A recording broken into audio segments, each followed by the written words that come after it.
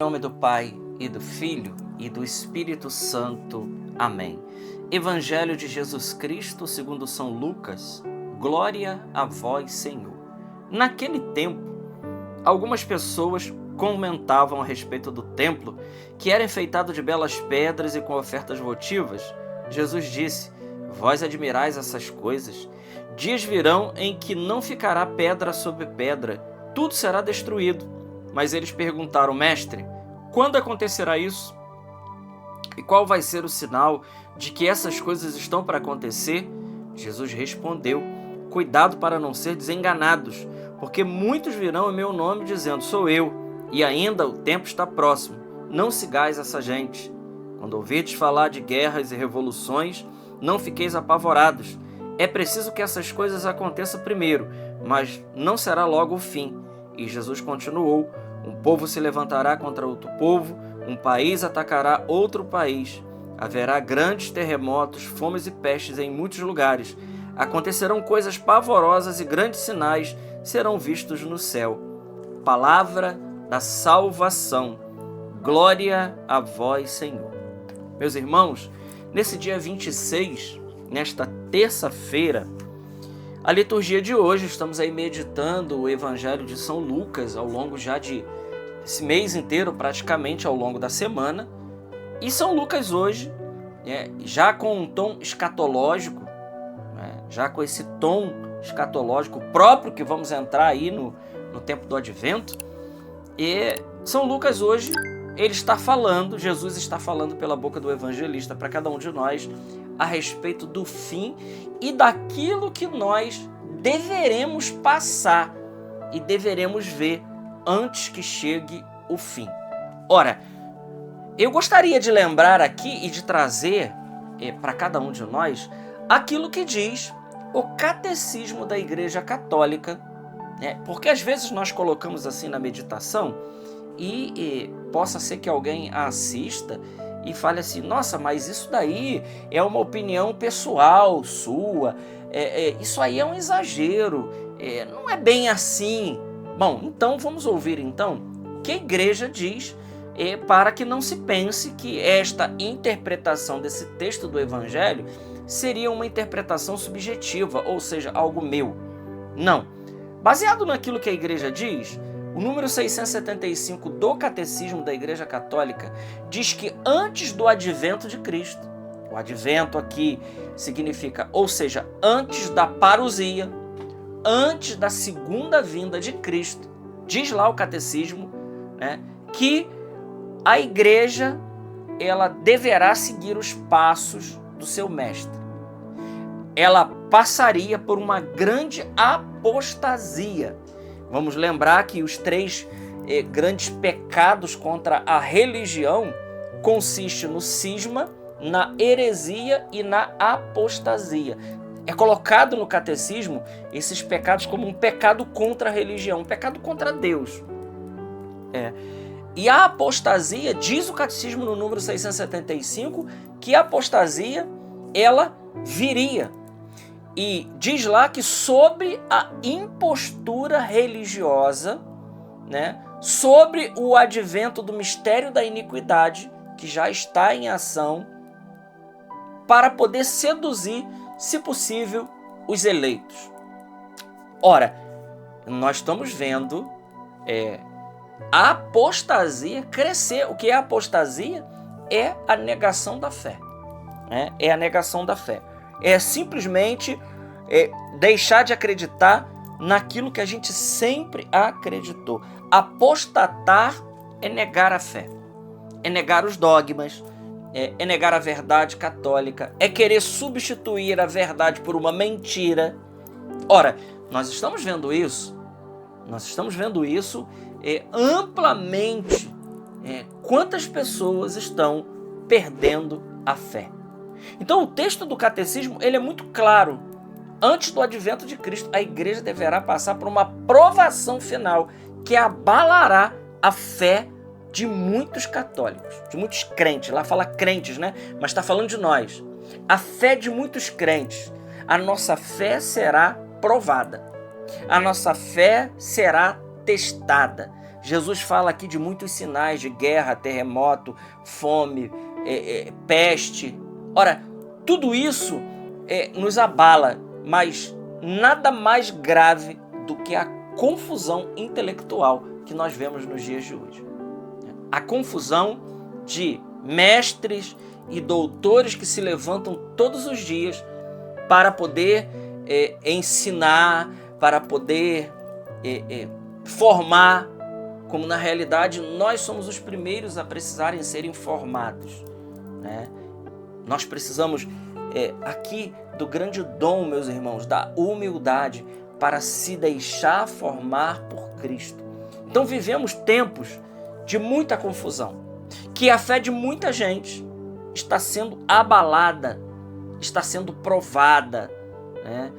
A tribulação, diz lá o catecismo, a tribulação desvendará o mistério da iniquidade, desvendará o poder do anticristo, de tudo aquilo que se levanta contra essa sagrado.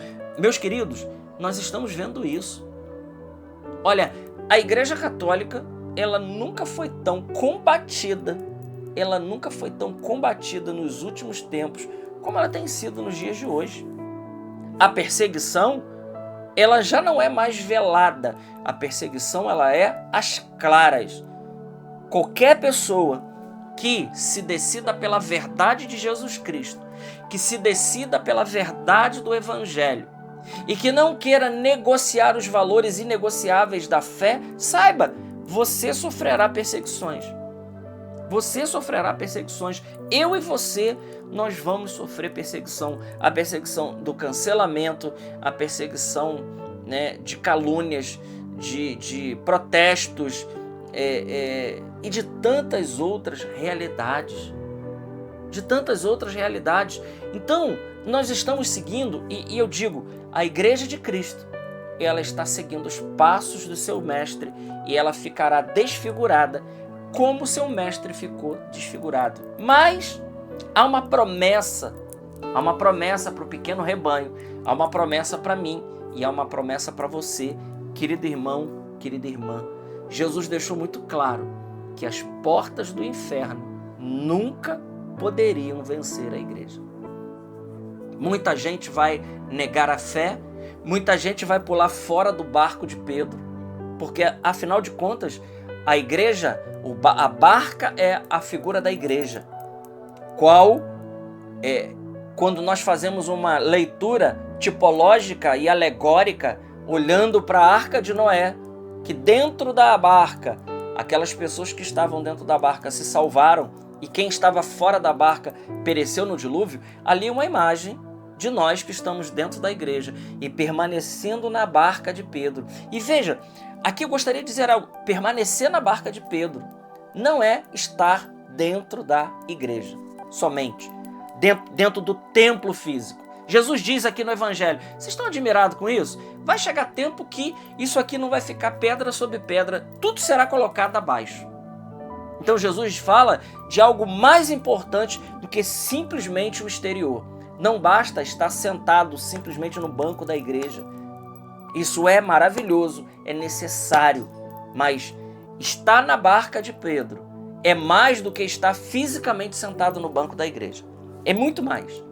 É estar com os valores que a igreja ensina. É crer e ensinar tudo o que crê e ensina a Santa Mãe Igreja nos seus 2000 anos. É ficar com todos os dogmas sem negar nenhum deles. É ficar com a doutrina maravilhosa de Cristo que ele deixou. É permanecer na sã doutrina da fé. É permanecer reto, né? É rechaçar aquilo que não faz parte do depósito da fé. As coisas estranhas, os cismas, as heresias, a apostasia, é rechaçar tudo isso e ficar com o conteúdo maravilhoso que Jesus nos deixou ao longo desses 2000 anos e que a economia da fé, né, a economia da salvação, ela foi num aprofundamento sistemático daquela fé. Não é que a igreja descobre algo novo. Não, tudo já foi revelado. A igreja não descobre novidade. a igreja dar a conhecer o amadurecimento daquela ideia e deixa muito claro para os cristãos a fé de sempre. Aqui é bonito, é a fé de sempre. Quando, por exemplo, o Papa declarou lá o dogma da Imaculada Conceição, não é que ele descobriu aquilo naquela hora, não.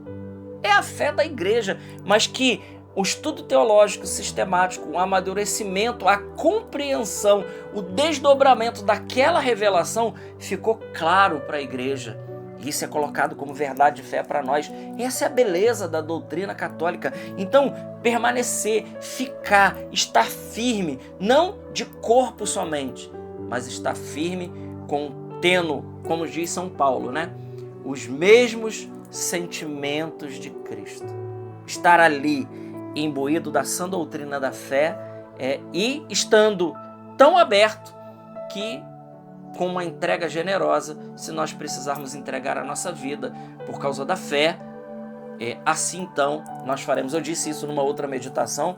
A fé está na barca de Pedro, a fé da igreja. A fé não é algo que a gente mate por ela, mas é algo que a gente morre por ela. A fé que a gente não negocia, né? Então podem fazer o que quiser conosco, nós continuaremos firmes na fé de sempre, na fé de Pedro, na fé de Paulo, na fé dos apóstolos, na fé das virgens, na fé dos confessores, na fé dos mártires, na fé daqueles que deram o sangue, como dizia Tertuliano, sangue dos mártires, semente de novos cristãos. Podem regar o solo de hoje no martírio, seja o martírio cruento ou seja o martírio branco hoje, que é o cancelamento, que é a perseguição, que é a proibição. Não importa, continuaremos firmes, porque sabemos em quem nós colocamos a nossa confiança. Jesus disse: a porta do inferno, as portas do inferno nunca poderão vencer a minha igreja, a igreja de Cristo. E ele diz: fiquem preparados, vão acontecer muitas coisas, mas eu estarei com vocês todos os dias, até o fim dos tempos. Glória ao Pai, ao Filho e ao Espírito Santo, como era no princípio, agora e sempre. Amém. Salve Maria Imaculada.